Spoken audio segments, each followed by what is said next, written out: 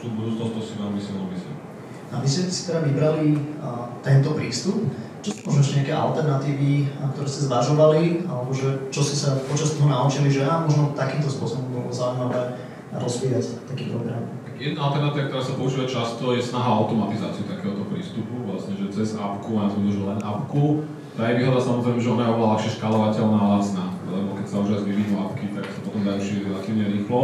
Problém s nimi je, že zatiaľ nikto nenašiel pre tieto oblasti nejaký spôsob, ako automaticky pracovať s človekom, tak aby zostal motivovaný a pracoval sa, pretože ten ľudský faktor je tam nevyhnutný. Čo nás ale inšpirovalo počas prípravy projektu je, že vidíme, ako sa tá technológia dá použiť na to, aby sa zásadne naozaj zefektívnil a zlacnil. To znamená, ten človek by nemal byť nahradený, ten tréner zdravia, ale je možné podľa mňa výrazne ho sproduktívniť, odbremeniť. My sme už robili nejaké experimenty s umelou inteligenciou, teraz sa zjavili tie nové modely a plus samozrejme aj s využitím tých wearables. Ale toto ja vidím ako keby inšpiráciu pre nás do budúcnosti, že pracovať s tým, aby tréner zdravia bol maximálne produktívny a odbremenený a s podporou technológie, tak aby mohol naozaj zvládnuť toho viac. Pani profesorka? Ďakujem pekne. Teda za mňa odpoveď na tú otázku, či sú takéto programy potrebné. Určite áno, a to z toho populačného hľadiska je to z niekoľkých dôvodov. Spomeniem 3 také základné ukazovateľa. Jeden je stredná dĺžka života.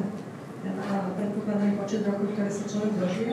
Ako to spomínala na začiatku, na Slovensku je 77 rokov za celú populáciu, ženy sa dožívajú dlhšie, muži kratšie. Ale sú krajiny, ktoré majú tú strednú dĺžku života 85 rokov. Japonsko, Korea, za európske krajiny, Švajčiarsko je na to najlepšie nominálne, potom škandinávske krajiny. Čiže populácia starne s tým, že na prvom storočí 19. a 20. sme sa dožívali celosvetovo 40 rokov, teraz je to 80 a viac. Populácia starne, to znamená pribúda v populácii starších ľudí a my ako spoločnosť nemáme inú možnosť len sa im venovať a snažiť sa o to robiť všetko preto, aby sa dožívali v dobrom zdraví toho vyššieho veku. Ešte druhý ukazovateľ, ktorý spomeniem, okrem tej dĺžky života, je dĺžka života v zdraví, alebo zdravé roky života. To sa meria najmä vo veku 65 rokov. To znamená, človek, ktorý má v súčasnosti 65 rokov, akú má pravdepodobnosť, koľko rokov ešte bude žiť v zdraví, a koľko rokov ešte bude žiť celkovo, tak tam sme na tom oveľa horšie ako mnohé európske krajiny. 65-ročná žena, v súčasnosti Slovenka, má pravdepodobnosť, že ešte 5 rokov prežije v zdraví. Tých ďalších zhruba 10-12 rokov bude žiť minimálne s jedným aj s viacerými ochoreniami. Slovenskí muži 65-roční to majú ešte niečo horšie. Taký Švédka, žena, 65-ročná má pravdepodobnosť, že ešte 15 rokov bude žiť v zdraví a až potom tých posledných pár rokov života bude mať nejaké ochorenie. Čiže, dobre, ak som nebrala čas iným, tak na toto by som chcela poukázať, zvyšuje sa dĺžka života a chceme dosiahnuť, aby tie roky života prežité v tom vyššom veku boli aj prežité v zdraví. Veľmi zaujímavé dáta a verím, že sa k nim ešte vrátime ďalej. Ja som si už napísal ďalšie 2 otázky. A v tejto prvej časti som ešte dal priestor na Lukášovi. Hej, čiže tá otázka bola, že či tieto programy sú budúcnosťou. Tam ja by som len zdôraznil pár vecí, že vlastne že asi tá otázka nie je, že či tento konkrétny program, ale proste on má nejaké atribúty a možno, že tie dobre si rozobrať. A z môjho pohľadu, ja trošku tak keby zastupujem taký ten komerčný sektor, čiže nie sme ani poskytovateľ zdravotnej starostlivosti, ani nezastupujeme verejný sektor. Takže tam je niekoľko vecí, ktoré my vidíme ako trend, alebo dokonca megatrend, a ktoré si myslíme, že tu aj ostanú a treba ich podporovať. Jedna z tých vecí je to, že taká zmena mindsetu, možno, že z toho nášho regiónu, že vlastne za moje zdravie zodpovedá môj lekár a vlastne ako keby ja na ňo odozdám tú zodpovednosť za tú ťarchu toho môjho zdravia, čo je proste prežitok a veľmi, veľmi nesprávny prístup k zdraviu. Takže ľudia budú musieť proste prevziať nejakú zodpovednosť na seba a byť ako keby trošku viacej proaktívni. To To je jedna vec a to vlastne aj tento program tiež to ukazuje, že vlastne áno, spustí sa nejaká reklama, ľudia na to reagujú a proste očividne tí účastníci hľadali nejaké riešenie, alebo keď ho videli, tak sa proaktívne prihlásili, tam sme videli, že tie ženy sú aktívnejšie ako muži a toto je proste veľmi jedna dôležitá vec. Druhá dôležitá vec je, že okrem samotných ľudí, teda to aj Miro hovoril v tom svojom vstupe, že oni potrebujú nejakú podporu, čiže aj keď teda ten záujem majú, tak potrebujú nejakú podporu a my tam zase vidíme z takého troška akože komerčného pohľadu, že nejakí noví stakeholdery v tom celom systéme, že nemusí to byť zase len lekár, možno dokonca ani nielen zdravotná poisťovňa a ten samotný človek, ale sú tam ďalší stakeholdery, čo napríklad môže byť zamestnávateľ alebo dokonca životná poisťovňa, my naše komerčné produkty, ale z tejto oblasti, alebo veľmi podobné produkty z tejto oblasti, dokonca sa snažíme dostať ľuďom cez, čo som spomenul na začiatku vstupu, cez nejakých partnerov, napríklad cez banky, čo je vlastne taký nelogický, alebo nie na prvú logický partner, ale vlastne sú rôzni stakeholdery, ktorí môžu sprostredkovať nejaký takýto program a to krásne na tom je to, že ten koncový klient to môže mať dokonca zadarmo a dostane sa k nejakému takémuto programu. A poslednú vec by som povedal, že to je ten online aspekt, ktorý tiež si myslím, že je tu, to bola tá časť, ktorú sme my zastrešovali ako Diagnose.me a ona má tie svoje výhody, napríklad tú škálovateľnosť a ten dosah, ktorú vieme dosiahnuť a vlastne aj relatívne lacno na tú jednotkovú, na ten zásah na toho človeka a tie výsledky sme videli, že sú veľmi pekné a vedia sa krásne škálovať. No, ty z pohľadu manažera zdravotnej starostlivosti a zdravotnej poisťovne dôvera to ako vidíš? Ja mám také viaceré veci, tak veľmi pekné prednášky, zapísal kopec poznámok z toho, ďakujem za ne. Také 3-4 veci ma tam napadli. Prvá, či to je budúcnosť, ono to bude budúcnosť. Otázka je v akej forme, v akej podobe, lebo aj my máme skúsenosti, my sme sa od 2014 venovali pacientom s diabetom a sme videli v tej prvej fáze, zlepšili sa klinické ukazovatele, glikovaný tlak a podobne. To znamená, že fungovalo to. Neskôr v čase sme videli po 3 rokoch, čo tu ešte chýbajú data, že nižší počet hospitalizácií, nižší viac RZP-čiek a tak ďalej.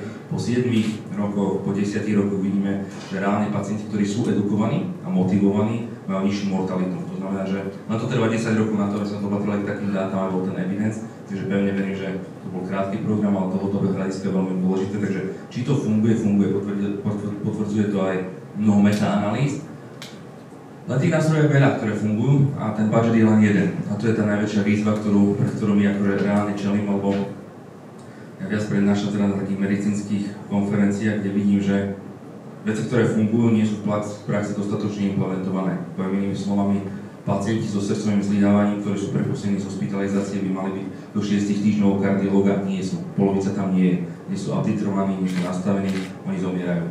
Nemáme pacientov úplne elementárne veci, že must to have, že pacienti po cievnych by mali mať statíny, diabetologickí pacienti by mali chodiť na očné, mali by mať sledované nefrologické parametre, že nám tu chýbajú veci, na ktoré je taký evidence-based medicine a policy, že to zachraňuje životy, že sa obávam, že z jedného budžetu rieši tie veci, ktoré že síce upravujú nejaké faktory, ale reálne akože tá klinická pridaná hodnota je neporovnateľne nižšia ako tie veci, ktoré my tu nemáme ešte doma upratané. To je taká tá najväčšia výzva. A druhá výzva, čo som mal taký feeling, že my sme pri diabete chceli zachrániť všetkých, neskôr sa to rozšírilo na pacientov s hypertenziou, obezitou a tak ďalej. A tá výzva bola taká, že mnoho ľudí nechce pomôcť. Aj tu je taký krásny, že pre selekčný bias, že vysoko motivovaní ľudia sa menili a to bola tá pilotná fáza, prvá 100, prvá 1000. A keď sme videli tie dáta na druhou 1000, 3., 4., ono to padalo. Takže my sme vyčerpali tých najvyššie motivovaných ľudí a celkovo 24 000 klientov malo možnosť vstúpiť do programu, vstúpilo 12 000, ale edukáciu absolvovalo len 4 500. Takže tam, ťažko sa mi s tým 10 rokov žil, ale som žil s tým, že zachránime všetkých, ale veľa ľudí, to presne bolo krásne povedané, tá osveta, ten mindset, ja nie som zodpovedný za môj hráč, doktor, poisťovňa, niekto iný len nie ja, ktorý si to bude treba veľa pracovať. Ďakujem, veľmi zaujímavé pohľady. Nejaké otázky z publika k tejto budúcnosti, nech si páči.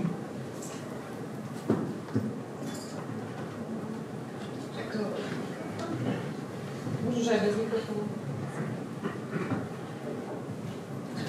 Ďakujem. Ja by som len doplnila, že tam naozaj treba rozlišovať, či je to komerčný pohľad, alebo to je verejno-zdravotnícky pohľad, lebo tu sa veľa hovorí o tom, že za čo by mal byť zodpovedný štát. Na druhej strane s tou zodpovednosťou za individuálne zdravie súvisí demokracia, je, že my máme práva, ale nemáme povinnosti. A táto diskusia je veľmi ťažká, ale naozaj tu chýba verejná diskusia o tom, že nič nie je zadarmo. Lebo častokrát sa hovorí o tom, že zdravotníctvo je zadarmo a bol tu nespomínaný článok ústavy. Zákon definuje, čo sa uhradí. A druhá vec je, že pracovať s tou populáciou v zmysle, že aby mali tú zodpovednosť, to je otázka, koho je to úloha? Štátu? Lebo štát ako ministerstvo, ako budova to ťažko môže robiť s nejakou populáciou alebo s ľuďmi. Čiže je tam mnoho vecí, ktoré paradigmaticky nie sú prekonané a my ich stále živíme. My ako spoločnosť. Z tohto komentáru je to nejaká otázka, ktorú by sa panelisti mohli? Áno, otázka je, že ako rozlíšiť ten komerčný prístup, lebo ten pomôže jednotlivcovi, napríklad zamestnávateľ zabezpečí sociálne benefity zamestnancov, to je úplne jasné, ale to nezmení tie parametre, s ktorými sme začali túto konferenciu. Celková úmrtnosť, celková chorobnosť, to nemá ten výtlak, nemá to ten efekt. Takže možno rozlišovať tie perspektívy trochu. Ako? Kto by na to chcel reagovať? Ja by som povedal takto, že niečo nazval komerčný, ale nazval by som to možno, že z dola nahor a potom je ten systémový z dola nahor, lebo naozaj, že ten z dola nahor nemusí byť komerčný, môže byť aj mimovládna organizácia, alebo to môže robiť samospráva, ale súhlasím, že nemá to potom tie celospoločenské efekty z hľadiska veľkosti. Teda nejde o to, že kto to robí, ale na akom rozsahu to robí. Takže určite, že takéto prístupy môžu mať celospoločensky merateľné efekty, až keď budú dostatočne naškálované.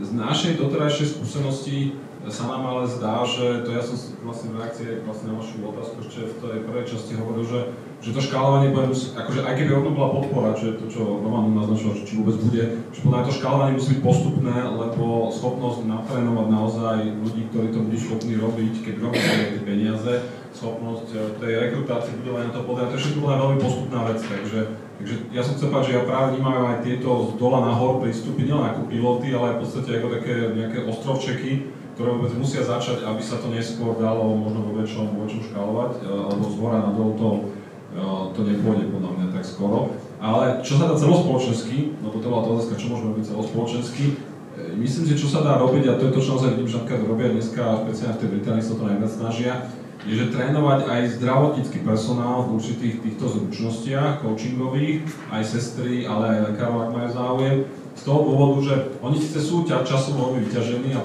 akože ich kapacita venovať sa tým pacientom časovo je obmedzená, ale napriek tomu majú tú skúsenosť, že keď majú zdravotníci tieto coachingové zručnosti, tak to pomáha aj v rámci ich existujúcej časovej alokácie. A to je naopak niečo, čo sa podľa mňa robiť aj rýchlejšie, než naškalovať takéto programy. Takže to je taká druhá cesta, ktorú ja by som videl, je, že nielen robiť takéto programy, ale aj odozdávať tie zručnosti už existujúcemu zdravotníckemu personálu. Pani profesorka? Ja dodám, aspoň dúfam teda, že dodám. Teda otázka bola, či robiť takto programy alebo nie. Podľa mňa určite áno, ale samozrejme, že to nie je jediné riešenie. Tých riešení populačných, čiže ako zlepšiť zdravie veľkej skupiny ľudí, je množstvo. My ich samozrejme nemusíme vymýšľať. Svetová zdravotnícka organizácia už pred 70 rokmi poprvýkrát a potom ešte to opakovane aktualizovala, vydala tzv. Best Buys, čo sú opatrenia, ktoré sú účinné z pohľadu zdravia, zlepšujú zdravie, ale zároveň sú aj nákladovo efektívne. A teda tieto sú zamerané na tie ochorenia, ktoré najviac zaťažujú spoločnosť, to znamená vedú k najvyššej úmrtnosti, najvyššej chorobnosti. To sú poväčšine neprenosné ochorenia, to sú tie, o ktorých sa tu bavíme a sú spôsobené 4 základnými faktormi: strava, pohyb, alkohol, fajčenie, plus stres, ale stres je taký všeobecný pojem. A teraz tie Best Buys VHO, kam patria aj takéto komunitné programy, ale teda tie špeciálne adresujú práve tieto 4 základné rizikové faktory a sú tam aj opatrenia typu, čo sa týka stravy, znížiť objem soli alebo sodíka v potravinách, znížiť spotrebu cukru a tak ďalej. Čiže áno, sú to aj systémové opatrenia, ktoré vyžadujú ťažké politické rozhodnutia často, ale sú tam aj proste komunitné, individuálne programy, aj primárna prevencia a tak ďalej. Lukáš, ešte si k tomu chcel? Ja som tej otázke len chcel dodať, že ja by som to vôbec nepodceňoval aj ten súkromný sektor a to, Miro, ty si povedal slovičo, že také ostrovčeky, ale to vôbec nemusia byť ostrovčeky, súkromný sektor je obrovský. My napríklad, a samozrejme, že veľa firiem ako sme my, čiže len hovorím na našom malom príklade, že napríklad máme partnerov na Slovensku, kde vlastne je to súkromná komerčná poisťovňa, ktorá s nejakým z našich programov, a z okolností to bola aplikácia veľmi úspešná a ten pilot bol na 400 000 klientov. Hej. A to bol len jeden partner. My máme ďalšieho partnera, ktorý má dokonca 2 milióny klientov, ktorí vlastne tieto služby ponúka, oni aktívne používajú. Že to má obrovský, to nie sú že malé, to nebavím sa o tisíckach ľudí, bavím sa o stovkách tisíc ľudí, dokonca potenciálne o miliónoch ľudí, ktorí reálne sa dostanú k takýmto službám a ešte raz majú to preplatené tým partnerom a reálne to využívajú a sú tam merateľné výsledky, takže to je taký malý pushback, že to vôbec štát v podstate má vytvoriť tie podmienky, aby aj ten súkromný sektor to mohol robiť a teda nie poskytovať zdravotnú starostlivosť samozrejme, ale isté aktivity, aby tom boli a to úplne krásne môže fungovať. Ďakujem vám pekne. Pozrieme sa do tej ďalšej časti. Mohla by som, prepáčte, aby som ešte doplnila pani profesorku Vražinovú, že boli vydané minulý rok tzv. Projekt krátke intervencie, je to smernica Svetovej zdravotníckej organizácie práve na tieto best buys, čo ste spomínali a mohlo by sa to tiež implementovať. Bola vydaná terapeutická edukácia, znovu naši lekári nie sú informovaní o terapeutickej edukácii na jednotlivé ochorenia a ako by mali postupovať. Verím, že aké sú možnosti a ako ich možno aplikovať, keď sa dostaneme do krátkosti. Teraz tieto intervencie, na koho by mali byť cieľom, keď sa bavíme možno práve o tej staršej populácii. A pani profesorka, možno mňa zaujímalo ešte aj, že čo je taký rozumný vek, kde vlastne môže targetovať nejak tú longevity, že takéto udržanie sa dlhodobo zdraví. Rozumný vek je 50 až 60 rokov, s tým, že dostávame sa do situácie, kedy na populácii pribúda počet 80-90 ročných a potrebujeme podchytiť tých 50 ročných, aby sa u nich nevyvinuli práve tie chronické ochorenia. S tým, že ako ideálne by bolo podchytiť ešte zdravých ľudí, ale to už v tom veku 50-55 rokov je v našej populácii ťažké, tak tá druhá možnosť je podchytiť ľudí, ktorí majú už diagnostikovanú hypertenziu, už diagnostikovanú alebo samodiagnostikovanú nadváhu alebo obezitu, respektíve diabetes alebo aj kombináciu samozrejme v mnohých prípadoch. Roman chce reagovať tiež na to, že kedy bolo zaujímavé už začať s takýmto intervenciami. Tam je taká pre mňa matica, jedna vec sú diagnózy a druhá vec sú vek a ono je to krásne, takže v tom vysokom veku je častokrát neskoro. Naša skúsenosť bola, že sme mali tých pacientov, kde sa, merali sme to aj vekové hľadiska a tak ďalej, a v prípade pacientov, ktorí sú už naozaj také trojkombo, že tam arteriová hypertenzia, dyslipidémia, diabetes mellitus, ťažko s nimi pracovať, očakávať veľkú zmenu, takže treba to posúvať. To sa rozprávame o pacientov, ktorí majú okolo 55 rokov. 60, medzi 65-70, priemerný vek diabetika je okolo 62 rokov, priemerný vek pacienta so srdcovým zlyhávaním je okolo 70 rokov.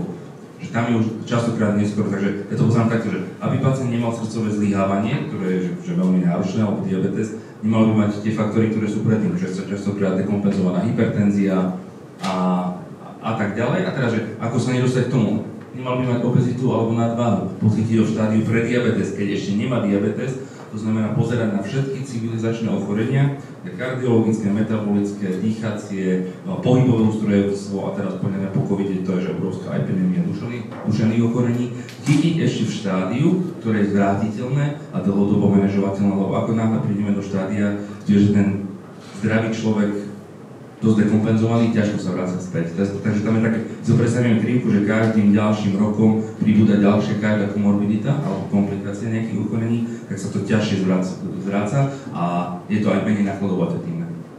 Možno ešte z pohľadu tých behaviorálnych intervencií, Miro, kedy, s akými ľuďmi dáva zmysel pracovať? Ja nechcem opakovať samozrejme to, čo povedali kolegovia, že možno poviem ešte z iného hľadu, ktorú tu nezaznel, že čím sa my chceme zabrať, to je hrozne ťažko merateľné, ale je to dôležité, všetci cítime, je to, čo nazýva, že social contagion, alebo teda sociálna nákazlivosť, lebo človek svojim správaním neovplyvňuje na seba, ale aj to okolie. To znamená, že to, čo vnímame, je, že ak sa práve máme nič život správa hrozne dôležité, že nie len vnímať človeka ako jednotlivca, ale vnímať ho v jeho sociálnom prostredí, domácom, pracovnom a tak ďalej. Čo je aj dôvod, prečo napríklad chceme robiť ten pilot s zamestnávateľom, že vlastne chceme zistiť, že či je možné cez tých pracovisk aj meniť nejaké návyky. Bolo podľa mňa veľmi dobré robiť také piloty napríklad aj cez rodiny a komunity, ale my veľmi ťažko merateľné. Takže to je z hľadiska tých cieľových skupín a toho, že s kým pracovať, tak to sú tiež podľa mňa veci, ktoré aj globálne zatiaľ sú relatívne málo preskúmané, takže vystávajú za pozornosť. Akú rolu tu hrá pohlavie, alebo teda rod? A vlastne sme videli aj v tom, aká je ochota zapojiť do takýchto programov iná u žien, u mužov. Často ženy bývajú tie, ktoré v rodine nejako iniciujú tú starostlivosť o zdravie. A možno mi to vyvráte, možno mi to otvrte, a že ako s tým pracovať práve v takýchto programoch, pani profesorka? Tak z pohľadu toho populačného zdravia ženy sú chránené do obdobia nástupu menopauzy reprodukčných hormónov pred kardiovaskulárnymi ochoreniami. Majú síce tie predčasné hmotnosti, síce v tom mladšom veku zomierajú mladšom, to znamená mladšom ako je vek dosiahnutie menopauzy, čiže okolo 55 rokov, zomierajú viac na onkologické ochorenia, ale teraz z tohto dôvodu ako keby ženy do toho veku nemyslia na tie rizika kardiovaskulárne, ktoré sa veľmi zjednodušujú. Čiže treba pracovať určite aj so ženami a s mužmi, a to vieme zo sociologických výskumov aj z toho, čo ste vy potvrdili, že ženy majú väčší záujem o svoje zdravie, ale zase ženami ovplyvňujú celú rodinu.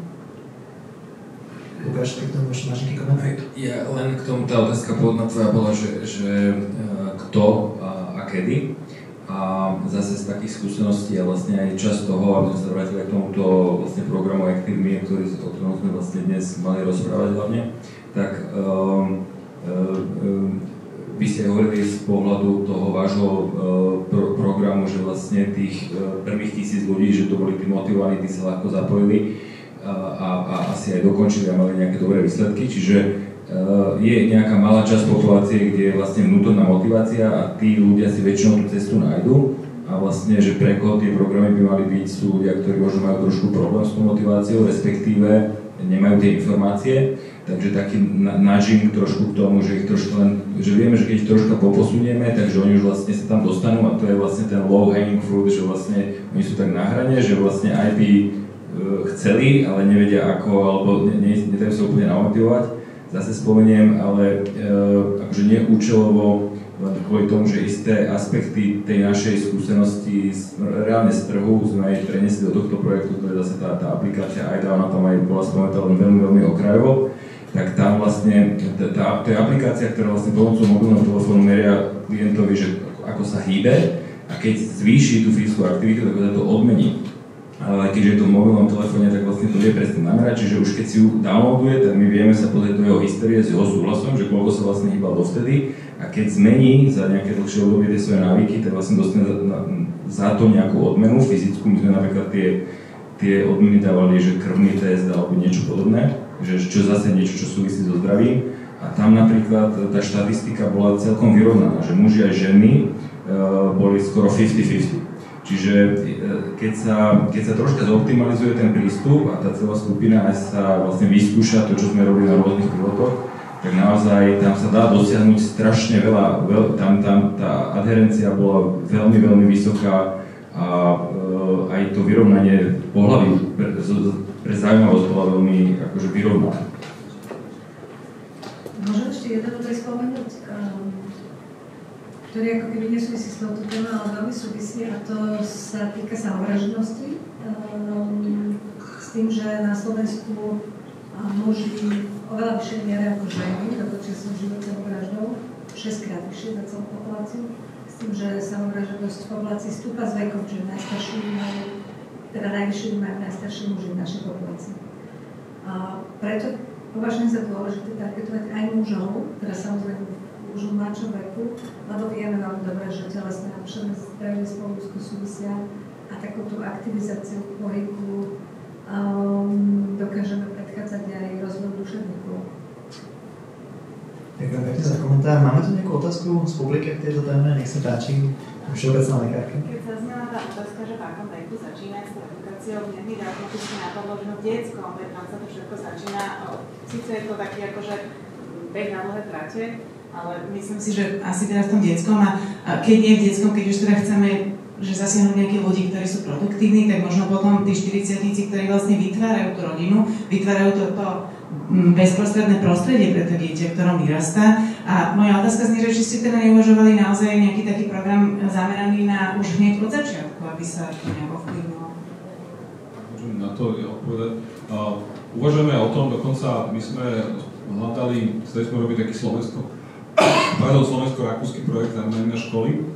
Aj sme, lebo v Rakúsku sú v tomto na strane rodičov, ja som poprvé, že napríklad v Rakúsku je špeciálna iniciatíva rodičov za zdravie detí, že tá poprvé rodičovských združení všeobecných sa venuje vyslovene tejto téme, my sme s nimi aj boli v kontakte, len oni zatiaľ majú problém v tom, že nemajú administratívnu kapacitu na takýto väčší projekt, že tiež robia osvetu v malom, ale vlastne zlákli to, keď sme prišli s tým, že poďme spolu to hľadať, takže hľadáme ďalej partnerov, ale hlavne v Rakúsku, lebo tam tých iniciatív je viacero a oni naozaj už s tým pracujú systémovejšie. Takže určite, tam bola zaujímavá otázka skôr, že ktorý je taký optimálny vek aj v rámci tej najmladšej populácie. Že samozrejme návyky sa formujú v ranom detstve, ale tam je zase citlivé, že do akej miery zasahovať do autonómie rodiny a výchove, to je aj niekto politické, ale aj spoločensky citlivé. Takže my sme viac napríklad celý ten projekt realizovať na 2. stupni, prípadne na stredných školách, kde už ten žiak je ako keby samostatnejší a možno s nimi aj individuálnejšie pracovať, ale určite to je veľmi dôležitá téma do budúcnosti. Ja som tú otázku možno ešte prihnal aj Romanovi, že ak sa na to pozerajú zdravotné poisťovne na takúto dlhodobú investíciu vlastne do zdravia a takú nejakú nákladovú efektívnosť toho. Tam, jak som to povedal, nám to dáva veľký zmysel, akože keď riešime obezitu detských pacientov, tak je to, že vieme, že tam je ten problém, tam je ten spúšťač, ktorý trvá dlhodobo.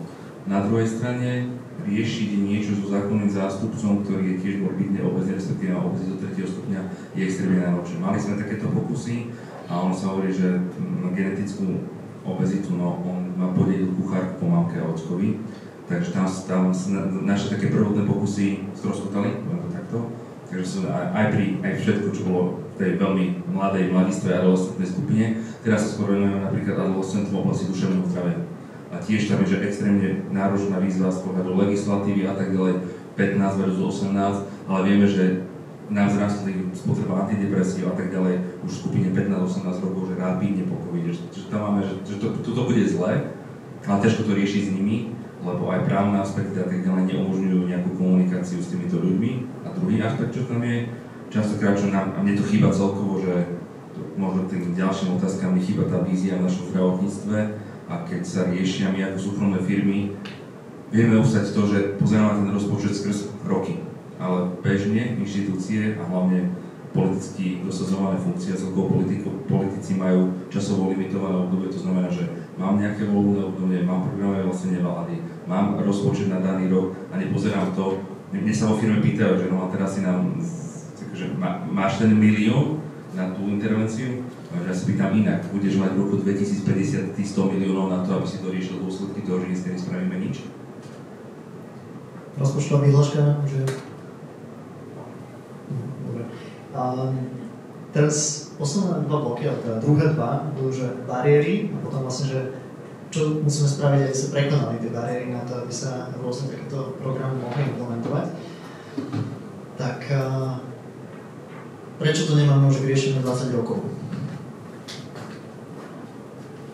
Prvá bariéra je, že väčšinou sa deje to, čo je pre niekoho lukratívne.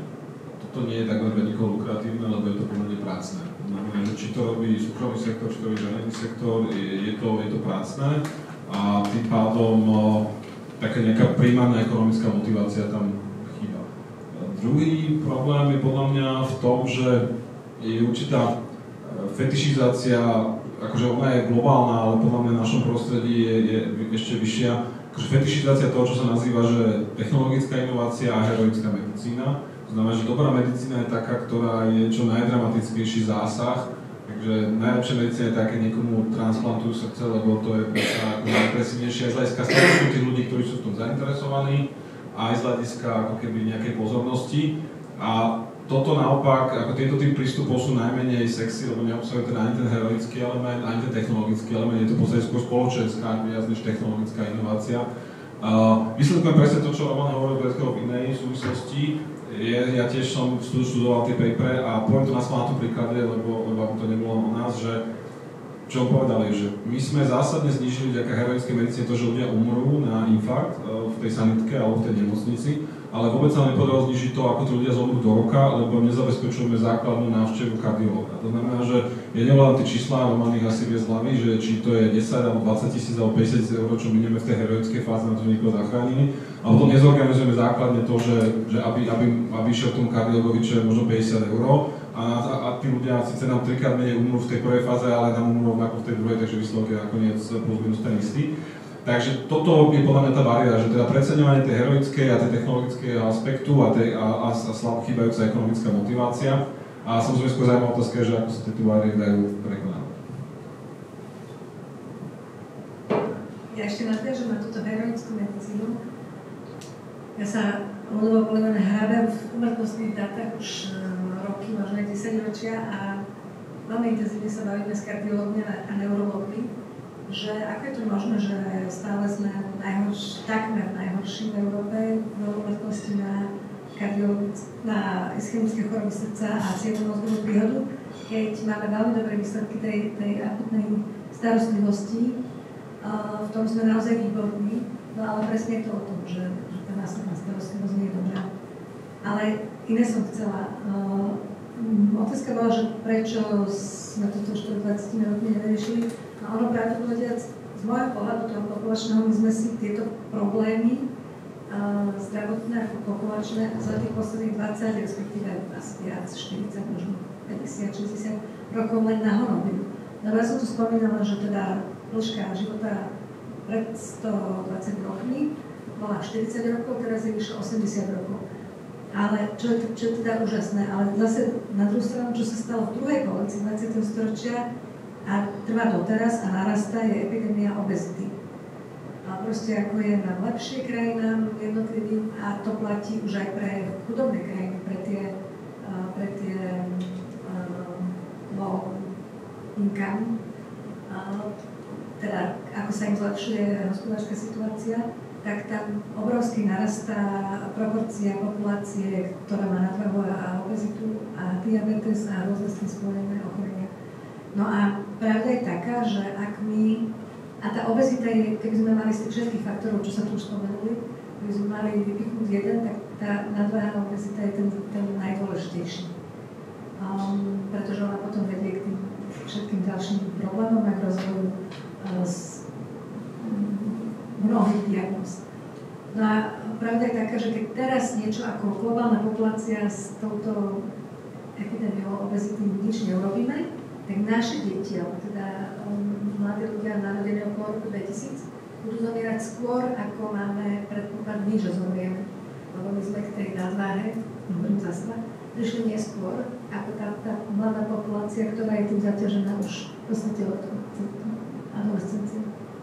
Ešte ako vidíš tie bariéry, aby podobné programy, alebo teda, aby sme riešili vlastne ten konečný outcome, tú obezitu alebo nejaké zlé návyky, ako vyzerajú tie bariéry? No, ja len poviem ešte k tomu, čo mi rozpomínal, vlastne, že tie technológie a tie heroická medicína, ono do tej kategórie patrí aj to, že vlastne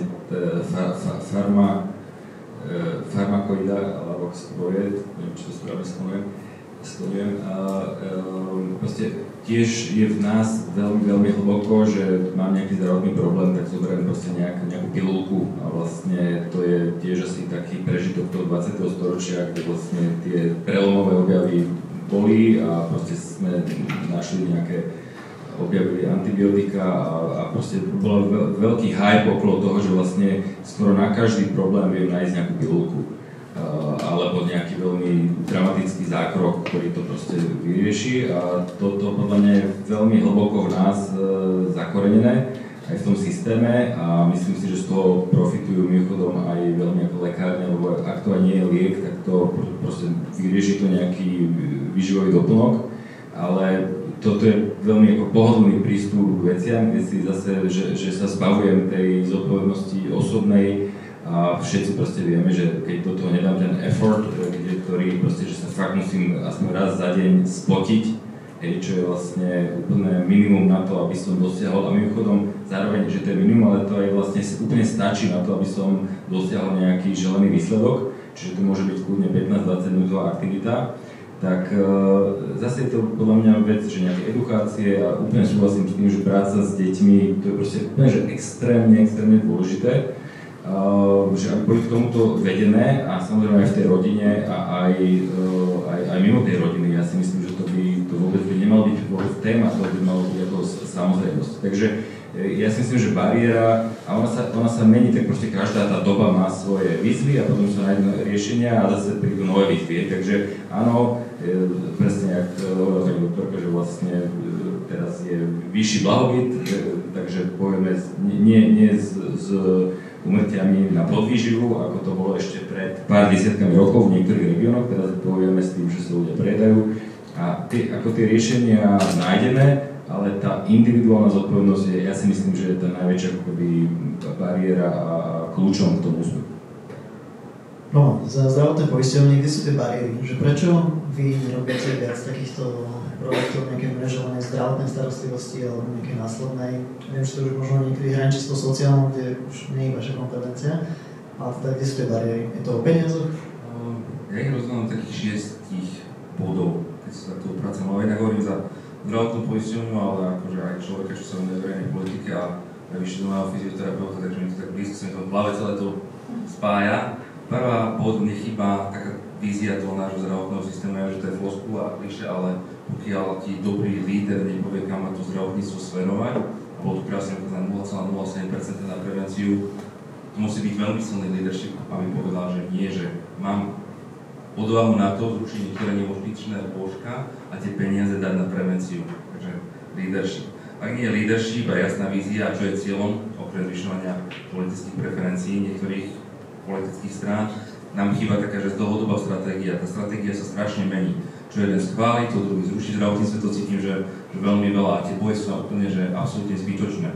Niekedy to bolo, že rozdieluje pánu súkromný versus štátny, a teraz šaska versus, teda špecialisti versus ambulanti. A takže úplne zbytočne. Tam zdravotníctvo orientované na pacienta. Ten je pacient a my všetci okolo neho tancujeme. Tak a robíme tú hru tak, aby to bolo dobré, aby to dávalo zmysel, aby to naplňalo tú víziu, stratégiu, nie rozdielovať a plánovať. Ideme len nižšie, čo bolo krásne povedané, tá osveta. Tá ponuka musí prísť aj od tých ľudí. Oni žijú v tom, že o mňa bude postarané dobre a ja nie som zodpovedný za svoje zdravie. A to už má byť od tej základnej školy, strednej školy, vysokej školy. Nečakám na systém, ale ja som v prvom rade zodpovedný. Pri chronických ochoreniach mám 80%, závisí od typu ochorenia v svojich rukách ja. Management. Ide level nižšie, organizácia zdravotnej starostlivosti, platovné mechanizmy a podobne. To vôbec nevedie k tomu, aby sme dosahovali takéto úspechy, lebo ak je nejaká programová vyhláška, ktorá ti povie, aké zdroje máš dať do nemocníc, v nemocniciach sa riešia dôsledky.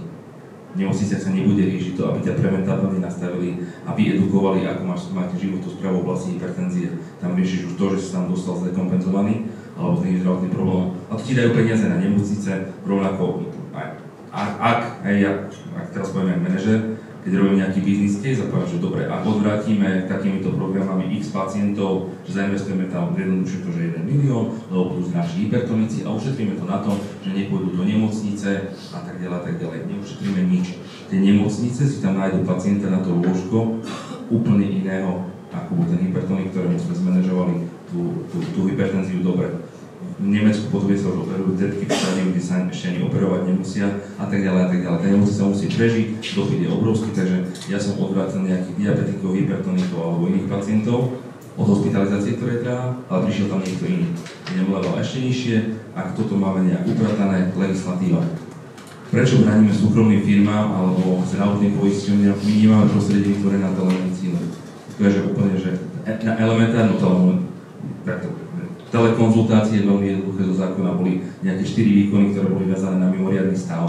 My nemáme vytvorené takéto nástroje, sú tak v čiernej zóne, aj my keď niečo robíme, buď cez súhlas pacienta, poskytovanie osobných údajov, klinické údaje, to je tak neskutočne administratívne náročné, že sa to nedá, rovnako aj programy zdravia, tzv. Disease management programy, každý očakáva, že by ich mali robiť, ale v zákone to nie je. Objednajte sa k lekárovi. Akože my len radi by sme robili objednávkové systémy. No, zákon nehovorí o tom, aby zdravotná poisťovňa mohla robiť objednávkový systém, a napriek tomu všetci hovoria, že a prečo to nespravíte? Ja by som rád robil mnoho tých vecí, ktoré to sú, aby to vytvorila legislatíva. A posledný ten level 6 sú zdroje. My zdroje máme relatívne chybne prealokované, to znamená na tých chronikov, na tie nemocnice a na ten follow-up, kde príliš veľa peňazí, kde má to ísť. Dostaneme pacientov z nemocníc, v špecializovanej ambulantnej starostlivosti minimum, všeobecný lekár nech robí to, čo vie robiť a má robiť a čo bežne v zahraničí robí, a na to, aby to mohlo robiť, potrebujeme dostať tých 20-30% pacientov z tých ambulancií všeobecných lekárov, ktorí sú tam zbytočne, lebo ten systém im tam dovolí mať tie švédske stoly, potom sa nečudujeme, že pri 11 návštevách ročne nestíha náš systém, aj keď by mohol. Áno, veľa problémov. Je tu k tomu nejaká, že krátka otázka a posuniem sa toho posledného bloku a poslednej časti tohto bloku? Nie? Dobre, z časového hľadiska výborné. Verím, že sa ešte dostaneme k nejakým otázkam. Ja by som túto poslednú časť teda hľadám, že riešenia, že čo teda každý ten sektor, v ktorom pracujete, môže spraviť preto, aby sme dosahovali tie ciele. Odštartoval ešte možno tým, že to bolo málo zdôraznené, a to, že vlastne ten človek musí chcieť vôbec dosahovať tie cieľa sám, že často je to o ňom, je to o nejakom prevzatí zodpovednosti, toto bolo rozprávané, a takisto o nejakej motivácii. Že za mňa to sú veľké bariéry, ktoré nie sú veľmi sofistikované, legislatívne a podobne, ale iba vychádzajú z toho osobného nastavenia.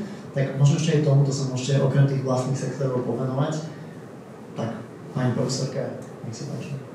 Áno, podľa mňa veľmi dôležitú úlohu v tomto môžu zohrať všeobecné lekári, alebo teda praktické lekári pre dospelých aj pre deti. Ja som na lekárskej fakulte Univerzity Komenského a momentálne inovujeme kurikulum, inovujeme nastavenie toho, ako učíme medikov, čo ich učíme a ako ich to učíme. A vidíme veľkú potrebu predefinovať kompetencie absolventa lekárskej fakulty. A jedna z tých dôležitých kompetencií je, aby bol ten lekár, akýkoľvek, aby bol aj advokát pre zdravie, pre svojich pacientov. To je, neviem, ako presne to preložiť, je to ten termín zákonný advocacy for health. Čiže aby lekár nielen toho pacienta liečil, ale aby ho aj motivoval k tomu, k zdravšiemu životu. No a najmä všeobecné lekári, praktické lekári majú v tomto veľkú úlohu. My teda tú inováciu nastavujeme na viacerých úrovniach, pripravujeme aj samostatný predmet, taký prierezový od 5. ročník, kde bude už prepojenie medzi teoretickými predmetmi a klinikou. Tam budú posilnené také tie mäkké zručnosti, výučnej komunikácia, klinické rozhodovanie a tak ďalej. Ale zároveň aj sme nadviazali spoluprácu s všeobecnými lekármi, so spoločnosťou všeobecných lekárov, ktorým sa predstavuje veľmi páči a chceme to rozvíjať aj na ich odborných odvetiach a s nimi v priamej spolupráci s nimi, aby sme to využili nastaviť čo najlepšie. Čiže lekári, a určite to tu odznelo na KKV z ministerstva, to povedala, verejní zdravotníci a ďalší zdravotníci. Verejní zdravotníci je zaujímavá skupina, môžu v tomto veľa robiť veľa a nemajú celkom adekvátne uplatnenie. Ďakujem. Ďalší. Ale otázka bola, že čo môžeme my urobiť akože v našom sektore, aby sa Tak aby sme tie bariéry nejako vedeli prekonať, dosiahli sme vlastne tie ciele žiť starší, ale možno zdravší.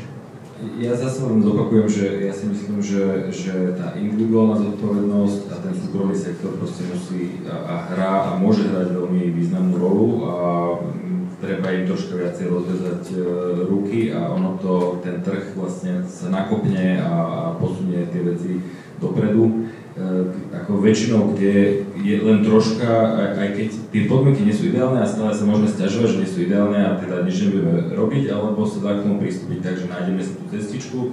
Ja zase poviem na našom príklade, tie podmienky napríklad na telemedicínu naozaj nie sú a neboli. My sme našu firmu zakladali pred 12 rokmi, tak sme proste ju založili v holandskej jurisdikcii a vlastne fungujeme medzinárodne, ale nie podľa slovenského práva, ale podľa holandského práva.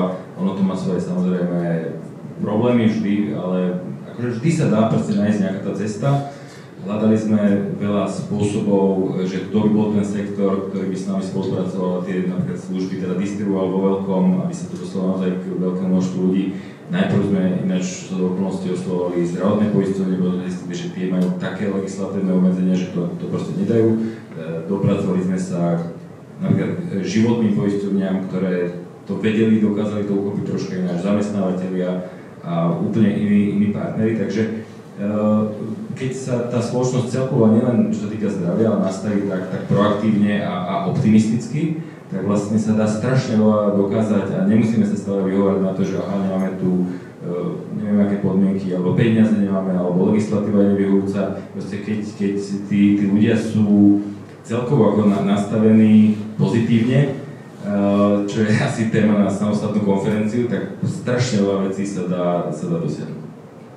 Čo ešte viac viete robiť, čo najbližšie roky chystáte, tak aby ste podobné cieľa naplňali a možno aj na margo tej motivácie a nejakej motivácie vlastne pacientov viac sa starať o to svoje zdravie, alebo im to možno pripomenúť, nadžovať ich. Zase ja nechcem hovoriť, aby to nevyzeralo, to nie je konferencia o diagnózme našej firme, ale ja len viem hovoriť z našich skúseností, že hľadali sme rôzne cesty a aj rôzne produkty a naozaj, že aj tie technológie v kombinácii s nejakými vecami, ktoré sme sa okolo toho naučili, že sa dajú veľmi krásne naozaj tak nastaviť, aby tí ľudia boli motivovaní. Takže to, čo som už spomenul, že napríklad sme sa naučili, že keď do tej aplikácie dáme, že toto urob a za to dostaneš nejakú odmenu, tak toto fungovalo úplne že fantasticky a teraz vlastne to chceme robiť. Ja len pre zaujímavosť poviem, že my sme vlastne zo Slovenska expandovali vlastne aj do Strednej Ázie, že teraz máme veľké partnerstvá v krajinách, kde vlastne, a paradoxne, kde ten verejný sektor je skoro neexistujúci, čiže Stredná Ázia, Kazachstan, Arménsko, Azerbajdžan, Gruzínsko, máme obrovské partnerstvá, milióny ľudí, klientov, ktorí sa dostanú k tým službám. Mimochodom si to oveľa viacej vážia, lebo proste to neporovnávajú s tým, že však ja by som mal dostať veci zadarmo a proste to tam neexistuje a ešte pred vojnovým konfliktom toto bolo veľmi podobné aj na Ukrajine, kde sme mali veľké partnerstvo.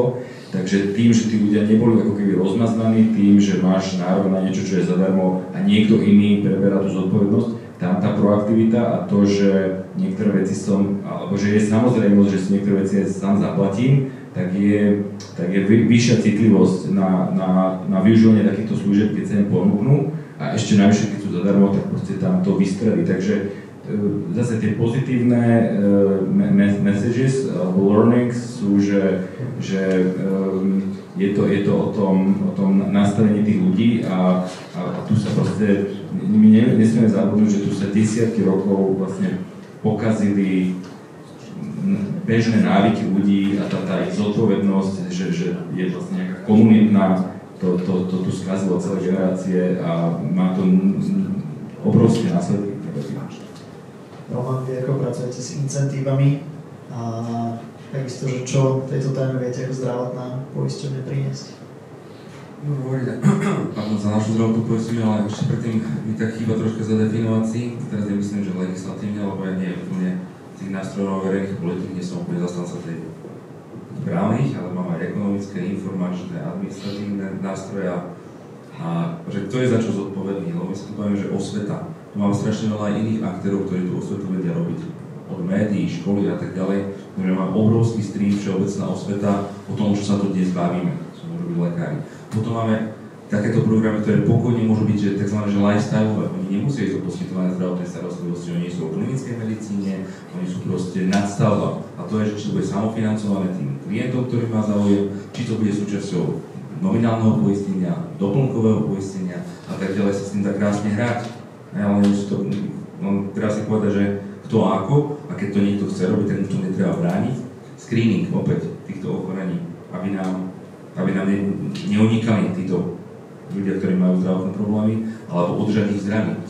Častokrát, keď sa bavíme niekde, tak sa bavíme o chorých a zdravých, ale že udrž ma zdravého. To je niekedy, že to najvlastnejšie, a mnohé štúdií to potvrdzuje, že cesta, že udrž ma zdravým je tá niekedy najlepšia. A posledné, že aj tá liečba a tá následná starostlivosť tiež má nejaké štádia. A čo sa týka nás, presne to takto delíme, že osveta. Poďme rozprávať za zdravotnú poistenie, keď budeme hovoriť o nás, že poďme robiť osvetu. Dávame feedback tým pacientom, my sme spustili v 2017 linku pre zdravie a najprv volali iba diabetici. Bol tam záujem, tak sme to rozšírili na hypertenziu, potom sme to rozšírili na artériu, okrem artériovej hypertenzie aj na srdcové zlyhanie. Teraz sa tá linka rozšírila aj na obezitu. To znamená, že aby mal sa ten človek spýtať niekedy tie elementárne otázky. Niekedy žasnú, keď mi hovoria tie dievčatá edukátorky z linky, že čo sa pacient pýta, a naozaj to nie sú komplikované veci. Oni sa nemajú koho spýtať, tomu lekárovi je tam málo času, nerozumie elementárne veci a nemajú sa koho spýtať. To je pekne služba, ktorú pekne môžu poskytovať ako mimo healthcare. Viem, že to aj robia aj firmy, aj nielen vaša, ale aj iné, to je bežná prax. Takže hovorím za nás edukácia pacienta na úrovni osvety, práca s lekármi, poskytovateľmi. Ja som začal robiť posledné roky také, že veľmi silnú spätnú väzbu poskytovateľom zdravotnej starostlivosti.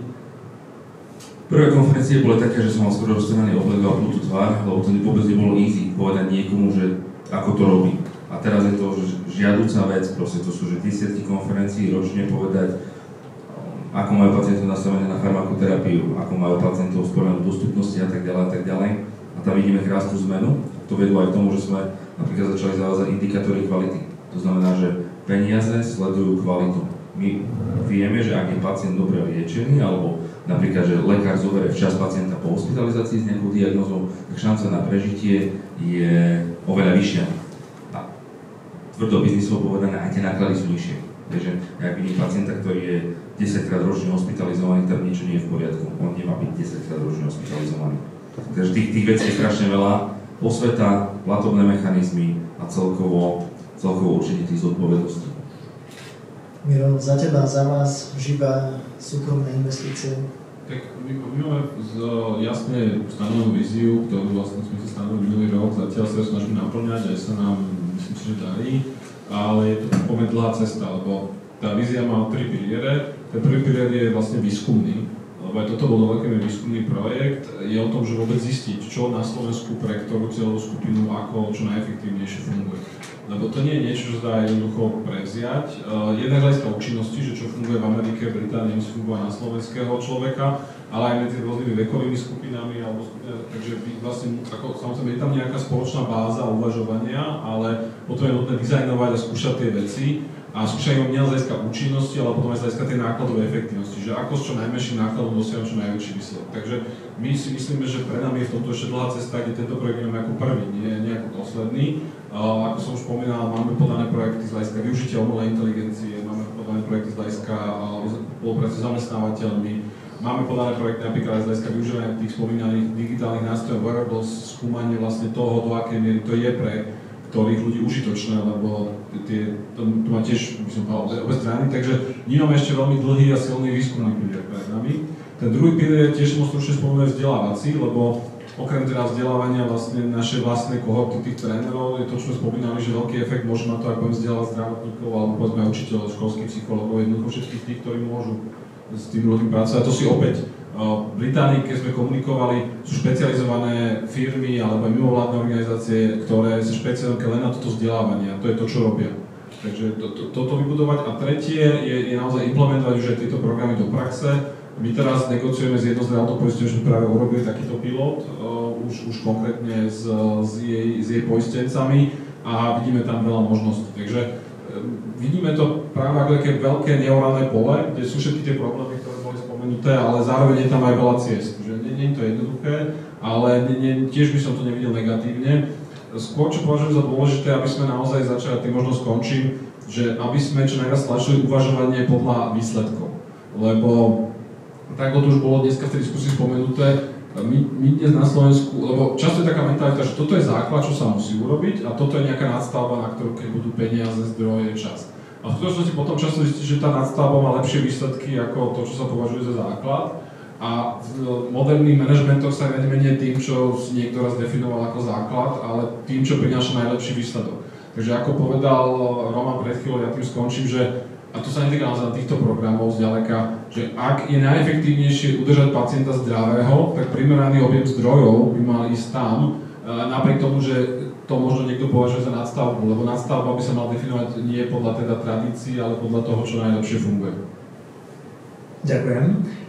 Nasleduje teraz quick fire round. Je to teda zamerané najmä na Romana a pani profesorku. Že čo by ste partnerom tohto a možno podobných projektov odporúčili v jednej vete, niečo, čo by malo rezonovať, možno na čo sa sústrediť teraz v budúcnosti v jednej vete, rýchlosti, čo je tá rada? No určite zverejnite tieto výsledky, to predpokladajú, plánujete a ukážte ich rôznym stakeholderom, aj politikom, aj občianskej spoločnosti, vzdelávateľom na všetkých úrovniach. Takže zatiaľ toľko. Výborne. Roman? Ja som ukecaný dať jednu vetu. Hľadajte cieľovky tak, aby boli nákladovo efektívne, komunikujte výsledky a veru, že nástroje, ktoré otestujete vy, sa potom stanú štandardnými nástrojmi používaných systémových riešení. To bola dlhá veta. Ďakujem veľmi pekne. Tak toto je koniec nášho panelu. Ďakujem veľmi pekne našim panelistom, pani profesorke Brážinovej, Lukášovi Alnerovi, Mirovi Beblavému a Romanovi Mužikovi. Moje meno je Tomáš a ďakujem aj vám všetkým, že ste prišli na túto konferenciu.